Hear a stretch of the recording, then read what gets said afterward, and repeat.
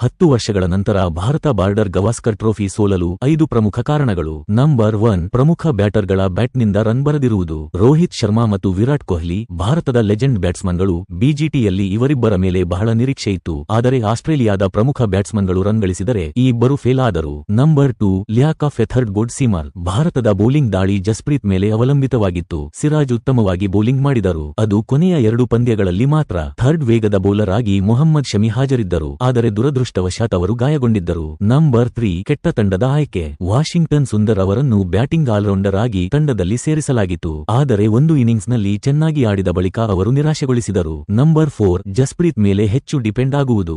Jasprit one man ಆರ್ಮಿನಂತೆ ಕಾಂಗಾರುಗಳ ವಿರುದ್ಧ ಹೋರಾಡಿದರು, ಏಕೆಂದರೆ ಉಳಿದ ಬೌಲರ್ಗಳಿಂದ ಅವರಿಗೆ ಅಷ್ಟು ಉತ್ತಮವಾದ ಸಪೋರ್ಟ್ ಸಿಗಲಿಲ್ಲ.